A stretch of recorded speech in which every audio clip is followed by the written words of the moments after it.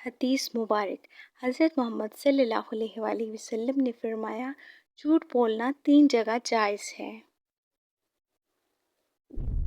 رسول اللہ صلی اللہ علیہ وآلہ وسلم نے فرمایا، صرف 3 جگہ پر جھوٹ جائز اور حلال ہے۔ ایک یہ کہ آدمی اپنی بیوی سے بات کرے تاکہ اس کو راضی کر لے، دوسرا جنگ میں جھوٹ بولنا، اور تیسرا لوگوں کے درمیان صلح کرانے کے لیے جھوٹ بولنا۔ حدیث کی اہمیت۔ یہ حدیث ہمیں اخلاقیات اور معاملات کے معاملے میں رہنمائی فراہم کرتی ہے۔ یہ ہمیں بتاتی ہے کہ اللہ تعالیٰ کو کون سے اعمال ناپسند ہیں اور ہمیں ان سے کیسے بچنا چاہیے۔